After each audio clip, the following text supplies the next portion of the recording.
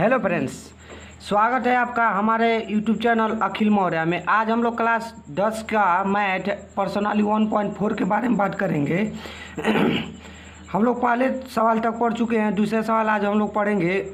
तो क्या दिया गया है कि ऊपर दिए गए प्रश्न में उन परमेय संख्याओं के दशमलव प्रसारों को लिखिए जो शांत हैं। हम लोग पहले सवाल में पढ़े थे, जो भी सवाल हम लोग का पहला सवाल था आप लोग देख सकते हैं 1.4 का पहला सवाल, जो शांत दशमलव था उसका क्या करेंगे। अब यहाँ दूसरे सवाल में हम लोग उसका प्रसार करेंगे। तो देखिएगा ध्यान से, मैंने क्या किया है, जो परमेय संख्या है यहाँ लिख लिया, पहले वहाँ लिख लिया, उसके बाद उसका मैंने आंसर भी लिख दिया है। लेकिन आंसर कैसे आपको लाना है तो देखिएगा ध्यान से, मैं बता दूँ आपको। तो पहला सवाल हमको अगर इतना हमारा क्या है आंसर आया है तो कैसे आया है तो मैं बता दूँ आपको। देखिएगा आपको दिखाई दे रहा होगा कि मैंने यहाँ तक क्या किया था, पहले सवाल में हल किया था 5 पर 5 आया, 5 पर घात 5 आया है। हमको कहे थे हम 2n गुणे 5m के रूप का अगर आ जाएगा हर, तो क्या रहेगा, ये परमेय संख्या रहेगा। तो देखिएगा हर कंडीशन में क्या करेंगे, जितना पावर रहेगा यहाँ देख लीजिए, जैसे कि 5 पर 5 पावर है तो हमको 2 पर भी 5 पावर लाना है। तो क्या करेंगे हम 13/5 पर 5 को क्या करेंगे, ऊपर नीचे क्या करेंगे, 2/5 पर 5 से क्या करेंगे, गुणा कर देंगे। जब इतना गुणा करेंगे तो देखिएगा 5 गुणे 2 यहाँ लिख सकते हैं, और यहाँ भी 5 और यहाँ भी 5 है तो एक को 5 लिख सकते हैं, और 10 हो गया और 5 पर 5 हो गया। ठीक है, अब देखिएगा क्या लिख सकते हैं, 13 गुणे 2 पर 5 अपान, और इसको लिख सकते हैं हम लोग 5 बार, 1 2 3 4 5 बार। और जब इसका भाग हम लोग इसमें करेंगे भाई तो देखिएगा हमारा आंसर इतना आ जाएगा। ठीक है ना। उसी तरह यहाँ भी देखिए दूसरा सवाल। अब दूसरा सवाल जो है यहाँ ए वाला दूसरा सवाल, मैंने आपको 2 पर 3 लिखा था। हर कंडीशन में जितना जो अंक पहले से दिया रहेगा उतना हमको घात बनाना है। तो इसका मतलब कि जब हमको 2 पर 3 है, हमको 5 पर 3 यहाँ ऊपर नीचे क्या करना पड़ेगा, गुणा करना पड़ेगा। ठीक है ना। तो इसी तरह हर कंडीशन में क्या करेंगे हम लोग, जितना यहाँ घाट रहेगा उतना घाट हम लोग 5 पर भी बनाएंगे, अगर 5 दिया रहेगा तो 2 पर बनाएंगे, ऐसे ही हम लोग बनाते रहेंगे। तो देखिएगा जब मैंने बना लिया, ऐसे जब बना लिया है मैंने, ऊपर नीचे क्या किया, 5 पर 3 से क्या किया, गुणा कर दिया है, तो इतना आ गया है हमारा आंसर। उसी तरह जब हम लोग चौथा सवाल लगाएंगे तो चौथा सवाल आपको मैं दिखा दूँ कि क्या था।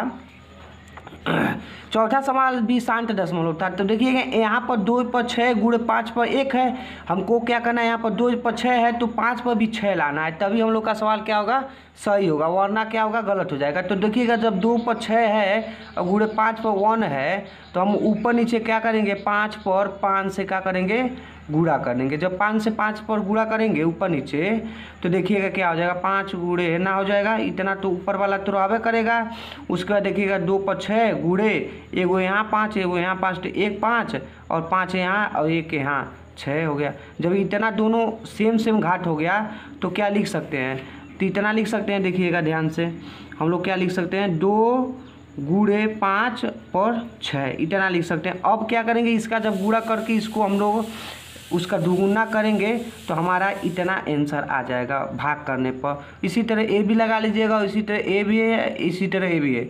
चलिए हम लोग क्या करते हैं, अब तीसरा सवाल लगाते हैं, अगला सवाल लगाते हैं। तीसरा सवाल क्या कह रहा है, कुछ वास्तविक संख्याओं के दशमलव प्रसार नीचे दिए गए हैं, प्रत्येक स्थिति के लिए निर्धारित कीजिए कि यह संख्या परमेय संख्या है या नहीं है। ये हम लोग का संख्या दिया गया है, कह रहा है कि ये दशमलव प्रसार है कि नहीं है, दर्शाए गए हैं कि नहीं है।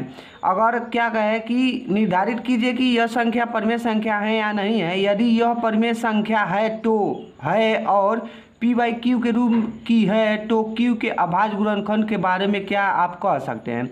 तो देखिएगा मैं पहले बता दूं, जो तीसरा का पहला सवाल है ये तो परमेय संख्या, क्योंकि देखिएगा दशमलव के बाद जाकर के 9 अंक तक क्या है, कट गया है, तो ये क्या है, दशमलव प्रसार है। जो भी संख्या दशमलव के बाद जाकर के अंत में कहीं भी कट जाए वो क्या होती है, दशमलव प्रसार होती है।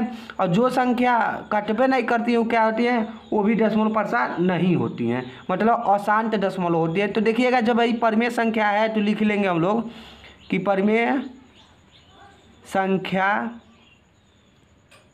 है। जब परिमेय संख्या है तो कह रहा है जब परिमेय संख्या है तो अभाज्य पी क्यू के अभाज्य गुणनखंडों के बारे में आप क्या कह सकते हैं। तो परिमेय संख्या है तो इसे हम 2n गुणे 5m के रूप का लिख सकते हैं। ठीक है, बस इतना ही बताना था। अब दूसरा सवाल अगर देख लें हम लोग, दूसरा सवाल दिया गया है ये तो परिमेय संख्या है या नहीं है। देखिए कभी कट ही नहीं रहा है, डैश डैश डैश बना करके और आगे जा रहा है अभी, तो परिमेय संख्या नहीं है, परिमेय नहीं है, परिमेय नहीं है ना। जब नहीं है तो इसको बताना ही नहीं है कि हम लोग क्या कर सकते हैं अभाज्य के गुणनखंडों के बारे में। ये देखिए ये परिमेय संख्या है, परिमेय संख्या है, ये परिमेय संख्या, इसको हम लोग क्या कर सकते हैं, जब बार दिया रहे ना इसको हम लोग परिमेय संख्या के रूप में बदल सकते हैं। ठीक है ना, तो जब परिमेय संख्या है तो क्या कर सकते हैं, तो इसे हम 2n गुणे 5m के रूप का लिख सकते हैं। देखिए भाई लिख सकते हैं, बस हमारा आंसर हो गया। अब हम लोग क्या करेंगे, चैप्टर नंबर 2 चैप्टर 2 के बारे में पढ़ेंगे, बहुपद, अगले वीडियो में। तो अगर आपको ये वीडियो अच्छा लगा तो लाइक करें, सब्सक्राइब करें एंड अपने फ्रेंड को शेयर करें।